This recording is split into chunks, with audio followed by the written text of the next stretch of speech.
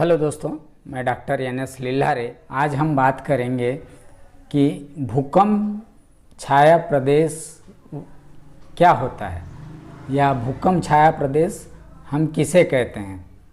Shadow of earthquake reason किसे हम कहेंगे, इसके बारे में। तो इससे पहले वाले वीडियो में आपने देखा कि भूकंप क्या है, भूकंप के कौन कौन से लहरें हैं और उन लहरों के बारे में आपने जानकारी लिया और उनके स्वभाव कैसा होता है, ये हमने ऑलरेडी जानकारी ले लिया है। तो यहाँ पर हम देखेंगे कि भूकंप छाया प्रदेश क्या है।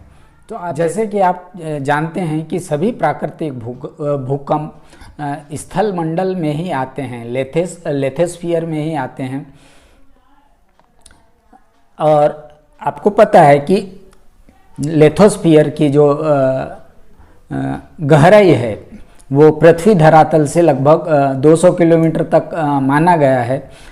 भूकंप मापी यंत्र सतह पर पहुंचने वाली भूकंप तरंगों को अभिलेखित करता है और इस आधार पर हमको अभिलेखन के आधार पर 3 अलग अलग बनावट वाले तरंगे प्राप्त करते हैं हम भूकंप लेखी यंत्र के द्वारा, जिन्हें हम बुनियादी तौर पे तरंग कहते हैं। और इन तरंगों के 2 प्रकार हैं, एक तो भूगर्भिक तरंगे और दूसरा है धरातलीय तरंगे। तो भूगर्भिक तरंगों को हम बॉडी वेव कहते हैं और धरातलीय तरंगों को हम सरफेस वेव कहते हैं। तो भूगर्भिक तरंगों के 2 प्रकार है, एक तो पी लहर जिसको हम प्राथमिक लहर कहते हैं और दूसरा एस लहर जिसको हम सेकेंडरी वेव्स कहते हैं। और जो धरातल लहर का या धरातलीय तरंगों को हम यल वेव कहते हैं। तो इस तरीके से हम भूकंप लहरों को मुख्यतः 3 भागों में डिवाइड कर देते हैं, प्राथमिक लहर, द्वितीय लहर और धरातल या भूपृष्ठ लहर। तो यहाँ पर आपने देखा कि जो प्राथमिक जो लहर है वो हर माध्यम से होकर गुजरता है, चाहे वो ठोस हो, चाहे वो द्रव हो, चाहे वह वायु हो। जबकि सेकेंडरी जो वेव है वो केवल ठोस से ही होकर गुजरता है, वो द्रव से होकर नहीं गुजर सकता। तो आपको पता है कि जो भूकंप को मापने का कार्य भूकंप लेखी यंत्र के द्वारा किया जाता है, तो भूकंप लेखी यंत्र पर दूरस्थ स्थान से यानी दूर से आने वाली भूकंप तरंगे अंकित किया जाता है या अभिलेखित किया जाता है। यद्यपि कुछ ऐसे क्षेत्र हैं जहां पर कोई भूकंपीय तरंगे अंकित नहीं होते या अभिलेखित नहीं होते, तो ऐसे क्षेत्रों को हम भूकंपीय छाया वाले क्षेत्र कहते हैं। विभिन्न भूकंपीय घटनाओं का अध्ययन से पता चलता है कि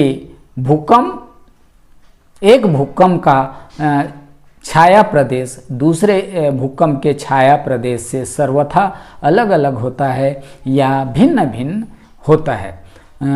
यह देखा जाता है कि भूकंप लेखी भूकंप अधिकेंद्र से 105 अंश के भीतर किसी भी दूरी पर P और S दोनों तरंगों को अभिलेखित करता है या अभिलेखन करता है या अंकित करता है। भूकंप लेखी अभिकेंद्र से 145 अंश के बाद P तरंगों के पहुँचने को दर्ज करते हैं और S तरंगों को अभिलेखित नहीं करते। अतः वैज्ञानिकों का मानना है कि भूकंप अधिकेंद्र से जिसको हम एपिक सेंटर कहते हैं या एपी सेंटर कहते हैं, भूकंप अधिकेंद्र से 105 अंश और 145 अंश के क्षेत्र का बीच का जो क्षेत्र होता है, कई बुक में 105 अंश से 140 अंश भी दिया है, तो ये आपको ध्यान रखना होगा। तो 105 अंश से 145 अंश के बीच जहाँ कोई भूकंप तरंग अंकित नहीं होते तो दोनों प्रकार के तरंगों के लिए इसे हम भूकंप छाया प्रदेश कहेंगे, चाहे वो एस प्रकार का तरंग हो या पी प्रकार का ऊर्जा लहर हो। ये आकृति में देख सकते हैं आप कि 105 से लेके 145 अंश के बीच या 140 अंश के बीच इसको हम भूकंपीय तरंगे कहते हैं। तो 105 अंश के बाद में पूरे क्षेत्र में यस तरंगे नहीं पहुंचती। यस तरंगों का जो छाया प्रदेश है वो पी तरंगों के छाया प्रदेश से ज़्यादा विस्तृत है। आप आकृति में देख पा रहे हैं, ज़्यादा विस्तृत है। भूकंप अधिकेंद्र के 105 अंश से 145 तक पी तरंगों का छाया पट्टी के रूप में हम आकृति में दर्शाए हैं, और एक पट्टी के रूप में पृथ्वी के चारों ओर प्रतीत होता है।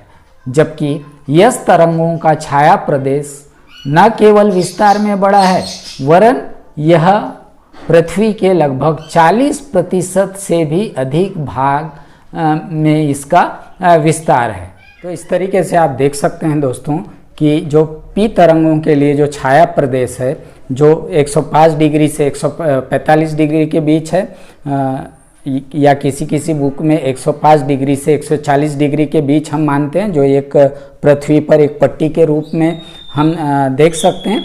जबकि जो यस तरंगों का जो छाया क्षेत्र है या भूकंप प्रदेश जो क्षेत्र है वो 105 डिग्री के बाद है। और इस तरीके से मतलब आप देख सकते हैं कि पी तरंगों का विस्तार छोटा है, जबकि यस तरंगों का विस्तार यस तरंगों का जो छाया प्रदेश का विस्तार है वो बड़ा है और ये पृथ्वी के ज़्यादा हिस्सों को घेरता है। तो अगर आपको भूकंप का एपिक सेंटर मालूम है, अधिकेंद्र मालूम है, तो आप इस आधार पे किसी भी भूकंप का छाया प्रदेश को जान सकते हैं। आपको याद रखना होगा कि पी तरंगों का छाया प्रदेश 105 डिग्री से 140 या 145 डिग्री के बीच होता है, जबकि जो यस लहर होगा उसके लिए छाया प्रदेश 105 डिग्री के बाद में होगा, 105 डिग्री के बाद में होगा। और जो पी लहर के लिए छाया प्रदेश छोटे होंगे और यस लहर के लिए छाया प्रदेश का विस्तार बड़ा होगा। और इसको आपने अपने जो आकृति है उसमें आकृति में पूरी तरीके से समझने की कोशिश किए। तो आज के लिए इतना ही काफ़ी। मिलते हैं नेक्स्ट वीडियो में, और वो वीडियो होगा आपका ज्वालामुखी से संबंधित। तो थैंक्स फॉर वाचिंग।